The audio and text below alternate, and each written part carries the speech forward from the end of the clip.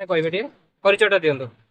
ଶ୍ରୀଯୁକ୍ତ ଡମ୍ବରୁଧର କୋଥାଳ, ଘର ଭୁବନ। ଭୁବନ ହରାସାଇ।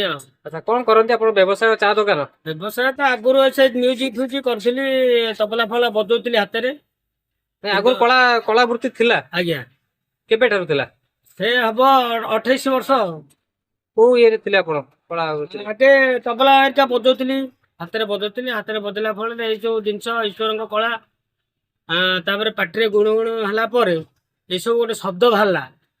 ଶବ୍ଦ ବାହାରିଲା ପରେ ମୁଁ ଆସ୍ତେ ଆସ୍ତେ ତାକୁ ଟ୍ରାଏ କଲି, ଗୀତ ଫୀତ ଶୁଣିକି ବଜେଇଲି। ଲୋକ ମୋବାଇଲରେ ଉଠାଉଛନ୍ତି, କିନ୍ତୁ ମୁଁ ପାଟିରେ ଉଠାଇବାକୁ ଚେଷ୍ଟା କଲା ପରେ ମୋତେ ଟିକେ ଭଲ ଲାଗିଲା। ମୁଁ କହିଲି ଦେଖିଆ, ଆରେ ସେଇଟା ତ ସବୁ କଳା ସମିତିଙ୍କ ପାଖରେ ଅଛି, ଏ କଳାଟା ତ ନାହିଁ। ଏ କଳାଟା ବାହାର କରିବା ଭିତରେ ସେଟା ଆସ୍ତେ ଆସ୍ତେ ତବଲା ଆସିଲା, ତବଲାଠୁ ପ୍ୟାଡ୍ ଆସିଲା, ପ୍ୟାଡ୍ଠୁ ଗିଟାର ଆସିଲା, ଗିଟାରଠୁ ଖଞ୍ଜଣି ବି ଆସିଲା।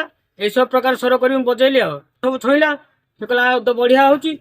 ସେ ଆସ୍ତେ ଆସ୍ତେ ଏଇ ଯୋଉ ଇଏ ସବୁ ଶିଖିବାକୁ ପଡିଲା ମତେ। ଆଉ ଆମେ ଆମ ଦର୍ଶକଙ୍କୁ ଦେଖେଇବୁ ବାସ୍ତବରେ ସେ କଣ ଆପଣ ପାଟି ଭିତରେ ସେଇ ବାଜାର ଆବାଜ ଆସୁଛି। ଆମର ସେ ଯୋଉ ଡିଜେ ଯୋଉ ପିଲାମାନେ ଶୁଣୁଛନ୍ତି, ସେଇ ଡିଜେ ଟାଇପର ଟିକେ ନାକୁ ବଜେଇବା ଆମେ।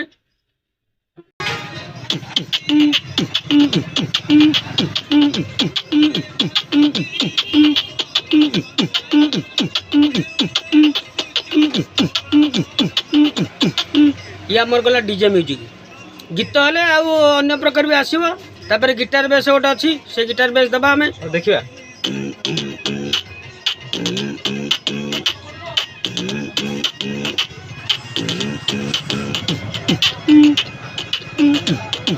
ଇଏ ଗିଟାର ବେସ୍ ଗଲା। ଗିଟାରରୁ ଆମେ ଆସିବା ପୁଣି ଖଞ୍ଜଣିକି।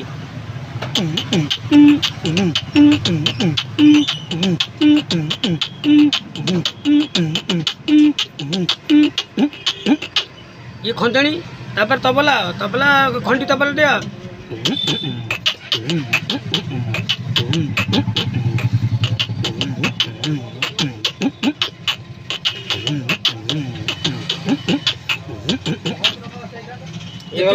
ହେଇଗଲା ତାବଲା। ଆଜ୍ଞା, ତାପରେ ଆଉ କଣ ଶିଖିଛନ୍ତି? ଆଉ ଏତେ 4 ପ୍ରକାର ଆମର ହେଇଗଲା। ଆଉ ଆଚ୍ଛା, ଗୋଟେ ଡାଇଲଗ ଆପଣ କୁହନ୍ତି ଯାତ୍ରା ଇଏରେ ଆମେ ଯାହା ଦେଖିବାକୁ ମିଳିଥିଲା। ଯାତ୍ରା ଯେତେବେଳେ ଆରମ୍ଭ ହୁଏ କିମ୍ବା ପ୍ରଚାର ସମୟରେ ସେଇ ହିସାବରେ ଯୋଉ ଆବାଜଟା ଟିକେ ଆପଣ ଜାଣିଛନ୍ତି, ଟିକେ କହିବେ। ରେକର୍ଡ ଉପରେ ରେକର୍ଡ କାଟିବ ପୁଣି ଯାତ୍ରା। ମୌରମଣି ଶିବାନୀ ଗଣନାଟ୍ୟ, ରାମ ବନବାସ କାହାଣୀ ଶେଷ। ଏଇଭଳିଆ ଡାଇଲଗ ଦେଇପାରେ, ଟିକେ ତଣ୍ଟି ପଠିକି ଯାଉ। ହଁ, ଏତିକି ଆଉ। ଆଚ୍ଛା, ଯେ ଟିକେ ଖଞ୍ଜଣି ବାବାଦ ଟିକେ ଆଉ ବେଶୀ ଟିକେ କହିବେ କି? ଗୋଟେ ମିନିଟ୍ ବଜେଇବେ କି? ଖଞ୍ଜଣି ତ ଗୀତ ଟିକେ ନାକୁ ହେଲେ କଣ କହିଛି ନା। ହଉ ଦେଖିବା ଆଉ।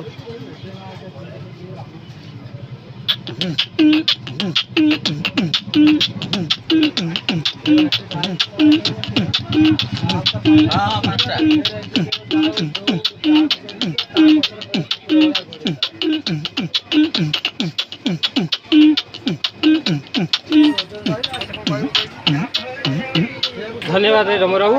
ତାପରେ ଆପଣ ଏଇ କଳା ବୃତ୍ତିକି ଛାଡ଼ି ଦେଇ ଆପଣ ବର୍ତ୍ତମାନ ଚା ବେପାର ବ୍ୟବସାୟରେ କାହିଁକି ମନସ୍ଥ କଲେ? ମନସ୍ଥ କଲେ କଣ କରିବା, ଏଇଟା ହଉଛି ପେସା ହେଲା ଆମର ଚାହା। କିନ୍ତୁ ନିଶା ଟିକେ ସଙ୍ଗୀତ ଉପରେ ଆମକୁ ରହିଗଲା। ଲୋକଙ୍କୁ ଟିକେ ଖୁସି କରିବା ପାଇଁ ମୁଁ ଚିନ୍ତା କରେ ସବୁବେଳେ ପାଇଁ। ଲୋକ ଆସନ୍ତୁ, 5 ଟଙ୍କାରେ ବି ସେ ଖୁସି ହେଇକି ଯାଆନ୍ତୁ। ଏଇ ପ୍ରକାର ପ୍ରୋଗ୍ରାମ ମୁଁ ରଖିଛି। ତାପରେ ଏଇଟା ପେଟ ପାଟଣା ପାଇଁ ଚାଲିଛି। ଆଜ୍ଞା। ଆଚ୍ଛା, ଏଇ ଯୋଉ କଳା ବୃତ୍ତି ପାଇଁ ଆପଣ କୋଉଠି ସମ୍ମାନିତ ହେଇଛନ୍ତି?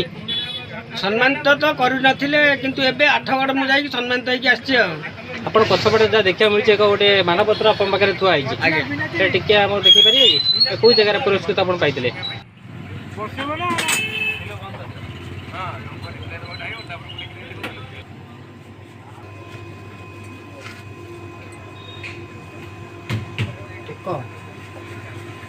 ଛୋଟିଆ ଯାହା ବି ହେଲେ ତ କଳାକାରଟି ଆପଣ ହେଇଛନ୍ତି, ଏଥିପାଇଁ ଆପଣ ସରକାରଙ୍କ ନିହାତି କଳା ଇଏରେ ସାମିଲ ହେବା କଥା, ସେମିତି ସାର୍ଟିଫିକେଟ୍ ମିଳିବା କଥା। ପାଇଲେନି ଆପଣ? ନାଇଁ ଆଜ୍ଞା, ଆପଣ ଚେଷ୍ଟା କରୁନାହାନ୍ତି ବ୍ଲକ ସ୍ତରରୁ ଯାଇକି ଆପଣ? କରିଥିଲି, ସେ କିନ୍ତୁ ମନା କରିଥିଲେ ସାର୍ଟିଫିକେଟ୍ ନହେଲେ କିଛି ହେଇପାରିବନି ବୋଲି। ବାସ୍, ହଁ, କଳା ବୃତ୍ତି ଯୋଉ କଳା ପେନସନ ମିଳିବା କଥା କଳାକାରକୁ ମିଳୁଛି ଏବେ, ସେଇ ସାର୍ଟିଫିକେଟ୍ ଆପଣ ପାଇଁ ଚେଷ୍ଟା କରନ୍ତୁ। ଆଜ୍ଞା, ଏଇଠି ଆପଣ କାହିଁକି କୋଉଠି ଟିକେ ଅଭିଯୋଗ କରନ୍ତୁ। ଅଭିଯୋଗ କରିଥିଲି ବା ଶୁଣି ନଥିଲେ ମୋ ପାଇଁ। ଶୁଣିନାହାନ୍ତି? ନା। ବ୍ଲକରେ ଯାଇ ଦେଖା କରିଛନ୍ତି? ଆଜ୍ଞା।